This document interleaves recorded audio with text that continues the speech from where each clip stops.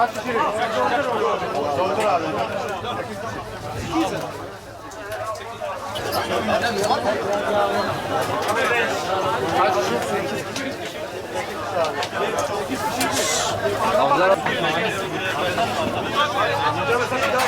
Ben de yeleği buraya bırakıyorum ha.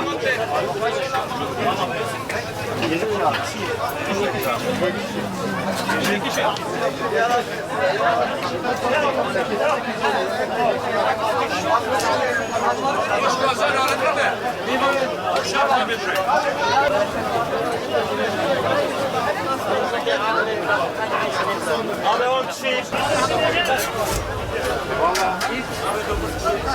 Hani olsa vereceğiz, şu an elimizde yok.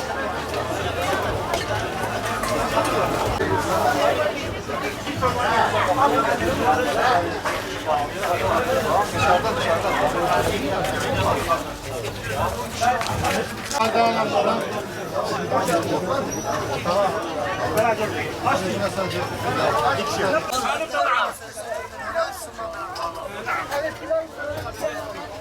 Ya Allah ya Allah. Hadi.